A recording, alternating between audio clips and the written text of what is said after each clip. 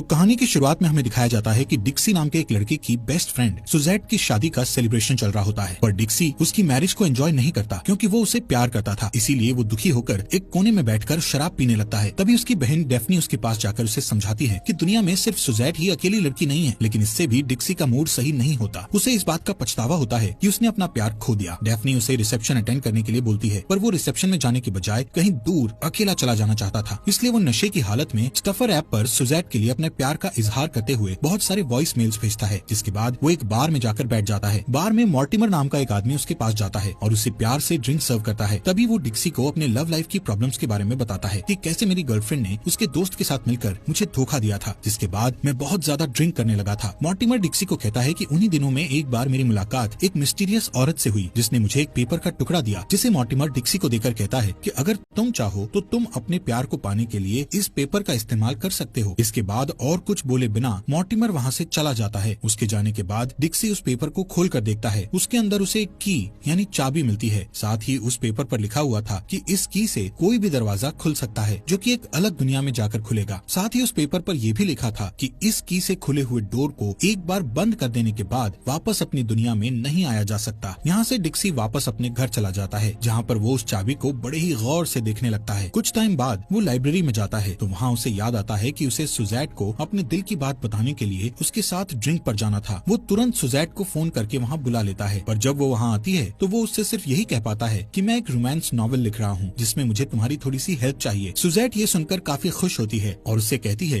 कि हाँ जरूर मैं तुम्हारी इसमें मदद कर सकती हूँ। उनकी बात यहाँ पर चल ही रही थी कि एक आदमी आकर उन्हें वहाँ से हट जाने को कहता। वापस घर आकर डिक्सी को उस चाबी का ख्याल आता है और वो अपनी दुनिया को छोड़कर दूसरी दुनिया में जाने के फायदे और नुकसान के बारे में एक नोटबुक में लिखने लग जाता है। यहाँ से फिर से वो वापस लाइब्रेरी में जाकर पैरेलल यूनिवर्स की बुक्स पढ़ने लगता है। वहाँ वो उस चाबी को डोर में लगाकर दूसरे यूनिवर्स में जाने की कोशिश करता है, पर तभी अचानक कोई दरवाजा खोल देता है जिससे वो रुक जाता है। इसके बाद वो बहुत देर तक कॉफी शॉप में बैठकर पैरेलल वर्ल्ड के बारे में जानकारी इकट्ठा करता है कि अचानक वेट्रेस उसके पास बिल देने को आती है, तो वो घबरा कर वहाँ से निकल जाता है। अपने अपार्टमेंट में वापस आकर डिक्सी एक बार फिर से उस चाबी को डोर के की होल में डालने की कोशिश करता है कि तभी उसकी बहन डेफनी दरवाजे को नॉक करती है, जिससे डिक्सी दरवाजा खोल देता है और डेफनी रिसेप्शन में उसके ना आने के लिए पहले तो उसे खूब डांटती है और फिर जैसे ही उसकी नजर डिक्सी के लिखे हुए पैरेलल यूनिवर्स के फायदे और नुकसान की लिस्ट पर पड़ती है तो मजबूरन डिक्सी को उसे चाबी से जुड़ी सारी बातें बतानी पड़ती है। अब सारी बातें सुनकर डेफनी को विश्वास नहीं होता, पर डिक्सी को ये सब सच लगता है और वो उस की को आजमाना चाहता था। उसकी इच्छा जानकर डेफनी उसे पूरा सपोर्ट और हौसला देती है कि ये जरूर काम करेगा। इसके बाद अपने मल्टी यूनिवर्स ट्रिप के लिए डिक्सी अच्छे से तैयार होता है और कुछ जरूरी चीजें अपने साथ रख लेता है। इसके बाद जैसे ही वो डोर खोलता है तो उन्हें डिक्सी के अपार्टमेंट का हॉलवे दिखाई देता है, पर यहाँ पर डिक्सी उम्मीद नहीं छोड़ता। डेफनी उसे बाहर की तरफ धकेलकर दरवाजा बंद कर लेती है। डिक्सी वापस रूम में जाने के लिए मुड़ता है तो उसे पता चलता है कि डेफनी ने डोर लॉक कर लिया है। वो बार बार दरवाजे पर नॉक करता है, तभी डेफनी की जगह एक बूढ़ी औरत दरवाजा खोलकर उसे गुस्से में वहाँ से चले जाने के लिए कहती है। इसके बाद डिक्सी उसी डोर को दोबारा उसी चाबी से खोलता है तो उसे एक खूबसूरत हार्बर सिटी दिखाई देता है, जहाँ घूमते हुए उसे बहुत अच्छा लगता है। वो देखता है कि वो एक अलग दुनिया में आ गया है। वो की से एक और डोर खुलता है और इस बार वो सीधे सुजैट के ऑफिस पहुँच जाता है। वो देखता है कि सुजैट गुस्से में भरी हुई उसकी तरफ ही आ रही थी और अपने बच्चे के बर्थडे पर डिक्सी के ना आने पर उससे नाराजगी जताते हुए उसे वहाँ से चले जाने को कहती है। डिक्सी इस दुनिया की सुजैट को भी अपने साथ अजीब सा बर्ताव करते देखकर वहाँ से चला जाता है और चाबी की हेल्प से एक और दुनिया में पहुँच जाता है, जहाँ वो डेफनी और सुजैट के साथ एक कैफे में बैठा होता है कि तभी उसकी वाइफ अपने बच्चे के साथ वहाँ आ जाती है और उसकी गोद में बच्चे को डाल देती है। डिक्सी इस दुनिया में खुद को शादीशुदा देखकर हैरान रह जाता है। उसकी वाइफ उसे उलझन में देखकर बच्चे को वापस ले लेती है। डिक्सी किसी काम का बहाना बनाकर वहाँ से निकलने की कोशिश करता है, पर उसकी वाइफ उसके ऑकवर्ड बिहेवियर को देखकर उसके पीछे पीछे आती है और उसे अजीब से कपड़ों, अलग तरह के बॉडी स्प्रे और हाथों में शादी की अंगूठी नहीं पहनने की वजह पूछती है। वो डिक्सी से कहती है कि वो उसे धोखा दे रहा है। डिक्सी को कुछ समझ में नहीं आता और वो उस बात से इनकार करके बाथरूम के डोर से एक नई दुनिया में चला जाता है। अपनी मंजिल की तलाश में इस दुनिया से उस दुनिया में भटकते हुए वो एक बार फिर सुजैट से टकराता है। इस बार सुजैट के बाल ब्लू कलर के होते हैं और वो बहुत जोश में दिखाई देती है। वो उसे खींचकर अपने साथ एक रेस्टोरेंट में ले जाती है, जहाँ वो हर तरह की चीजों पर लगातार बातें करती रहती है और डिक्सी को बताती है कि उसने उसकी माँ के खिलाफ कोर्ट में अर्जी दी थी। उसकी वजह से सुजैट की माँ उससे बहुत नाराज है। फिर सुजैट अपने पालतू कैट से मिलने के लिए उसे अपने घर चलने को कहती है, तो वो ब्रेक लेने के लिए बाथरूम चला है, पर सुजैट भी उसके पीछे बाथरूम तक आती है। जैसे ही वो बाथरूम से निकलता है, सामने सुजैट को मौजूद पाकर वो चौंक जाता है। सुजैट उससे पूछती है कि क्या वो ठीक है। अब डिक्सी और नहीं झेल पाता और ब्लू हेयर वाली सुजैट से माफी मांगते हुए बाथरूम का डोर खोलकर वहाँ से निकल जाता है और नई दुनिया में एक नई सुजैट को देखता है जो बीच पर बैठी थी। उसे देखकर सुजैट खुशी से हाय कहती हुई उसे अपनी बॉडी पर सनस्क्रीन लगाने को कहती है। उसकी बातों से डिक्सी को पता चलता है कि ये सुजैट ऑलरेडी एक दूसरे डिक्सी के साथ रिलेशनशिप में थी और गलती से उसे अपना डिक्सी समझ बैठी थी। वहाँ से निकलकर डिक्सी खुद को रेजाविक में पाता है, जहाँ सुजैट पीछे से आकर उसे गले लगा लेती है। वो उसे देखकर हैरान होने के साथ साथ खुश भी होता है। इसके बाद जब वो एक और नई दुनिया में कदम रखता है तो उसकी मुलाकात प्रेग्नेंट सुजैट से होती है, जो सोफे पर एक औरत के साथ बैठी होती है। इस वियर्ड सिचुएशन से बचने के लिए वो फिर से दूसरी दुनिया में चला जाता है, जहाँ उसे ये जानकर निराशा होती है कि वो दोनों कभी मिले ही नहीं थे। रेजाविक में पार्टी की शौकीन सुजैट के साथ डिक्सी का अच्छा समय बीतता है। दोनों साथ में ड्रिंक और मौज मस्ती करते हैं।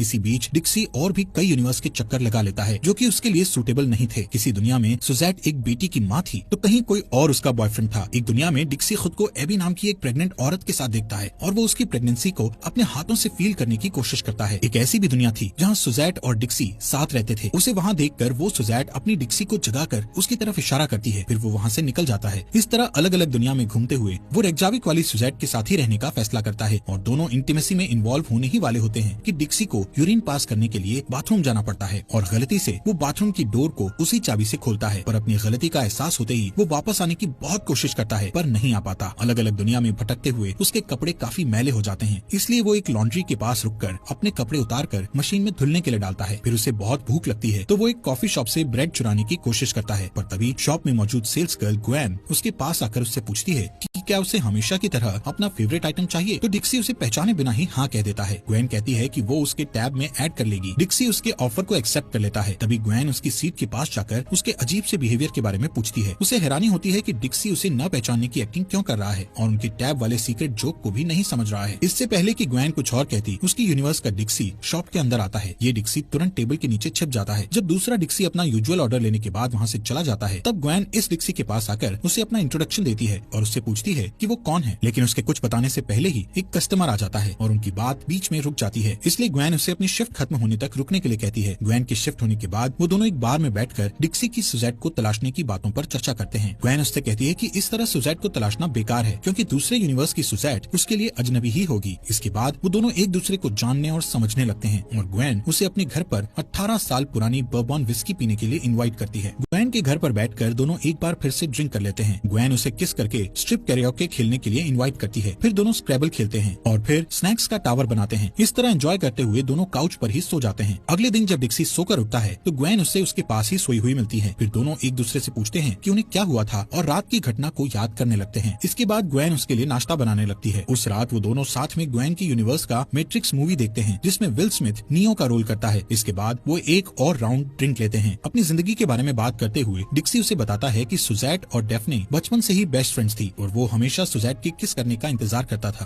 फाइनली उस यूनिवर्स को छोड़ते वक्त वो घर के पूल वाले एरिया में जाते हैं जहाँ वो डेफ्नी को हैरानी से अपनी ओर देखते हुए पाता है। उसे हैरानी से देखते हुए डेफ्नी रोने लगती है और बताती है कि इस यूनिवर्स में वो पहले ही मर चुका था। फिर ज्यादा कुछ कहे बिना वो दौड़कर उसके गले लग जाती है और वो दोनों पूल में गिर जाते हैं। अगले सीन में घर के अंदर बैठकर डिक्सी अपनी सारी कहानी डेफ्नी को बताता है तो वो उससे पूछती है कि आखिर ये पैरेलल दुनिया कैसे काम करती है। डिक्सी कैंडीज के एक जार को लेकर उसे बताता है कि वो चाबी उसे इस दुनिया से अलग दुनिया में पहुंचाती है। तब डेफ्नी उससे कहती है कि इस यूनिवर्स की सुजैट एक अच्छी इंसान नहीं है, इसलिए वो दोनों कभी बेस्ट फ्रेंड नहीं बन पाए। अगली सुबह डेफ्नी नोटिस करती है कि डिक्सी वहाँ से जाने वाला है, इसलिए वो उसे रोकने की पूरी कोशिश करती है और उससे कहती है कि उसे सुजैट के लिए कहीं और जाने की जरूरत नहीं है, वो उसे अपनी दूसरी सहेलियों से मिला सकती है। पर डिक्सी फिर भी जाना चाहता था, इसलिए डेफ्नी उसे रोकने के लिए कूदकर उसके ऊपर चढ़ जाती है। दरवाजे पर जाकर डिक्सी अगले यूनिवर्स में पहुंच जाता है और डेफ्नी उससे आखिरी बार गले लगने के लिए जाती है, पर तभी दरवाजा बंद हो जाता है और वो दोनों एक नए यूनिवर्स में पहुंच जाते हैं और डेफ्नी का यूनिवर्स हमेशा के लिए उससे छूट जाता है। जमीन पर पैर पटकते हुए डेफ्नी रोने लगती है और झुंझलाहट से डिक्सी को देखती है, जिसे देखकर डिक्सी भी फ्रस्ट्रेट हो जाता है। इसके बाद डेफ्नी उस घर में नहाकर वहाँ रखे कपड़े पहन लेती है और फिर वो दोनों उस जगह से निकल जाते हैं। पॉजिटिव रहने की कोशिश करते हुए डेफ्नी उससे पूछती है कि क्या उसकी चाबी फिर से काम कर सकती है,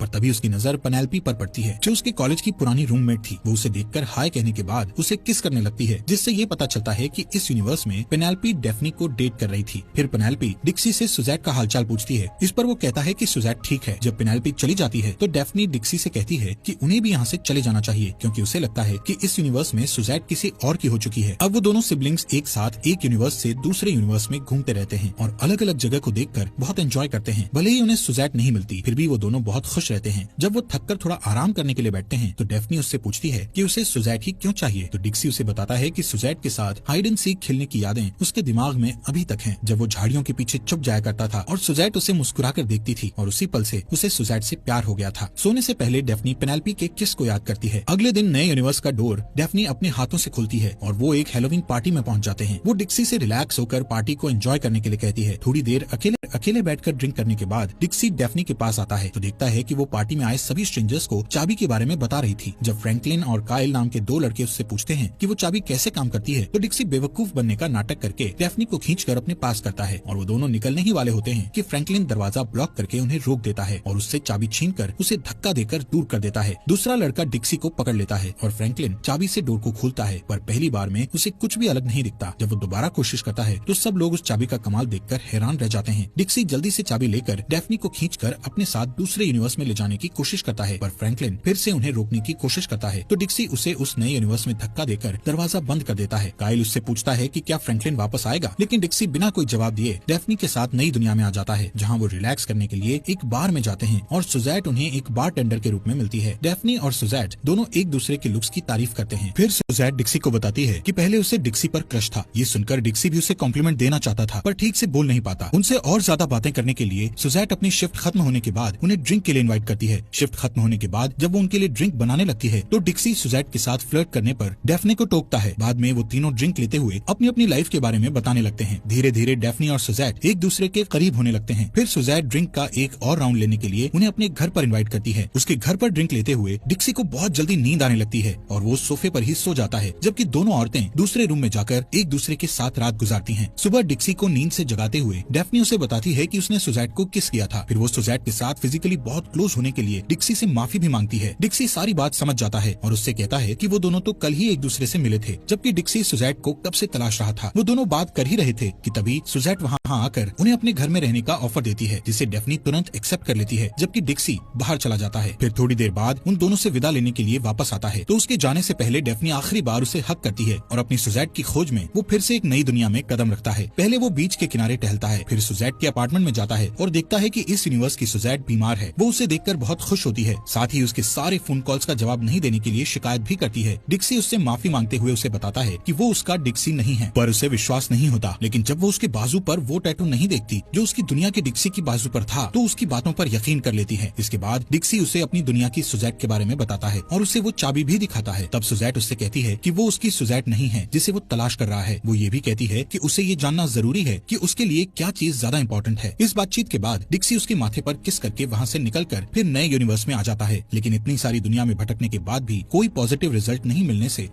अब उसका जोश पहले जैसा नहीं रहता और वो फ्रस्ट्रेट होकर एक कॉफी शॉप से निकलने ही वाला होता है कि तभी उसकी टक्कर एक नई ग्वेन से हो जाती है और उसके पीछे पीछे वो फिर से कॉफी शॉप के अंदर आ जाता है। ग्वेन ये नोटिस कर लेती है और उससे पूछती है कि क्या वो एक दूसरे को जानते हैं। तब डिक्सी उसे कहता है कि वो उसकी एक पहचान वाली जैसी दिखती है। ये सुनकर ग्वेन उस पहचान वाली के बारे में डिटेल में बताने को कहती है तो डिक्सी अब तक हुई सारी बातें उसे बताकर वो चाबी कैसे काम करती है ये भी दिखाता है। फिर ग्वेन उसे अपने घर ले जाती है और उसके सामने अपना टॉप उतारकर चेंज करती है। उसके 18 साल पुराने बर्बन विस्की पीने के ऑफर पर वो कहता है कि उसने वो विस्की दूसरे यूनिवर्स की ग्वेन के साथ पिया था। वो कहता है कि चाहे कोई भी दुनिया हो कुछ लोग कभी नहीं बदलते और दोनों एक दूसरे को किस करने लगते हैं। डिक्सी रात वहीं गुजारता है और सुबह उठकर ग्वेन के फोटो एल्बम को प्यार से देखने लगता है। अब डिक्सी उसी के घर में रहने लगता है और जॉब की तलाश करता है तो ग्वेन उसे अपने साथ कॉफी शॉप में काम करने को कहती है। लेकिन वहाँ काम करते हुए डिक्सी की मुलाकात ग्वेन के एक्स से होती है जिसका नाम सिरिल था। वो डिक्सी को धमकाते हुए कहता है कि वो उस पर नजर रखे हुए है। उस रात ग्वेन उससे पूछती है कि उसने चाबी के बारे में क्या सोचा है तो डिक्सी उसे बताता है कि वो उसे किसी को देना चाहता है। ग्वेन उसे चाबी किसी को देने से मना करती है और कहती है कि उन्हें फ्यूचर में उसकी जरूरत पड़ सकती है। फिर डिक्सी चाबी को एक जार में रखकर लाइब्रेरी चला जाता है जहाँ पड़े टाइपराइटर को देखकर उसके दिमाग में एक आइडिया आता है और बाद में वो ग्वेन को बताता है कि वो अपनी सारी जर्नीज के बारे में एक बुक लिखना चाहता है। एक दिन वो कैश मशीन पर अकेले काम कर रहा था कि तभी उसका सामना सुजैट से होता है। वो उसे देखकर खुशी के साथ साथ हैरान भी होता है। वो उसे बताती है कि उसने उसके लिए एक पूरी स्पीच तैयार की थी कि जब वो मिलेगा तो उसे सुनाएगी, पर अभी जब वो उसके सामने खड़ा है तो उसके मुंह से एक वर्ड भी नहीं निकल रहा था। इसके पहले वो कुछ और कहती उसे डिक्सी का बर्थ मार्क मिसिंग दिखता है और वो इस बारे में उससे पूछती है तो डिक्सी बात को बदल देता है। उसे अजनबी जैसा बिहेव करते देखकर सुजैट उससे आराम से बात करने के लिए उसे ड्रिंक पर इनवाइट करती है। डिक्सी सिरिल पर नजर डालकर हाँ कह देता है। सुजैट चली जाती है। तभी वहाँ ग्वेन आ जाती है। उस रात काम खत्म करने के बाद जब डिक्सी और सुजैट मिलते हैं तो डिक्सी उसे अपनी तलाश के बारे में बताता है। बातों के दौरान उसे पता चलता है कि कि इस यूनिवर्स की डिक्सी की शादी किसी और से हो चुकी है। फिर सुजैट कहती है कि वो बिल्कुल उसके डिक्सी जैसा ही दिखता है और वो दोनों इस बात से हैरान रह जाते हैं कि उन दोनों की हाइड एंड सीक वाली मेमोरी भी सेम थी, जो कि डिक्सी की फेवरेट मेमोरीज में से एक थी। घर आकर डिक्सी ग्वेन से वो सारी बातें नहीं बताता जो सुजैट के साथ हुई थी। वो रिलैक्स होने के लिए ग्वेन को किस करने जाता है, पर ग्वेन उसके लिए कुछ स्पेशल चीज लाने का कहकर अंदर चली जाती है कि तभी सुजैट दरवाजे को नॉक करती है और डिक्सी के दरवाजा खोलने पर वो अंदर आकर उसे बताती है कि अपने डिक्सी के साथ उसकी एंगेजमेंट हो चुकी थी, पर उसने खुद ही एंगेजमेंट को तोड़ा था और तभी से वो इस बात के लिए पछता रही थी। वो डिक्सी के करीब आकर उससे पूछती है कि अगर वो उसकी सुजैट होती तो वो क्या करता, लेकिन इससे पहले कि डिक्सी कुछ बोल पाता वो उसे किस करने लगती है। इतने में ग्वेन वहाँ आ जाती है और सुजैट को किस करते देखकर बहुत गुस्सा होती है। वो डिक्सी से कुछ पूछे बिना चाबी से दरवाजा खोलकर कहती है कि सुजैट प्यार की भूखी है, इसलिए वो दोनों किसी और दुनिया में जाकर खुशी खुशी जिंदगी गुजार सकते हैं। ये सुनकर सुजैट को गुस्सा आ जाता है और वो ग्वेन को ही उस नई दुनिया में धकेलकर उसके पीछे दरवाजा बंद कर देती है। ग्वेन के चले जाने से डिक्सी दुखी होकर रोने लगता है और सुजैट उससे माफी मांगती है, पर उसका दुख कम नहीं होता और वो टूटे हुए दिल के साथ कहीं दूर चला जाता है। काफी देर तक अलग अलग दुनिया में बैठकर सोचने के बाद आखिरकार वो उस चाबी को एक नदी में फेंक देता है और बेमकसद इधर उधर टहलने लगता है और यूं ही घूमते हुए उसे अपने पसंद की जगह मिल जाती है, जहाँ वो एक्सरसाइज करता है और एक टाइपराइटर खरीदता है और अपनी बुक लिखना शुरू करता है। धीरे धीरे वो अपने घर को सजाता है और जल्दी ही नए दोस्त बना लेता है। आज के लिए इतना ही। Subscribe for more.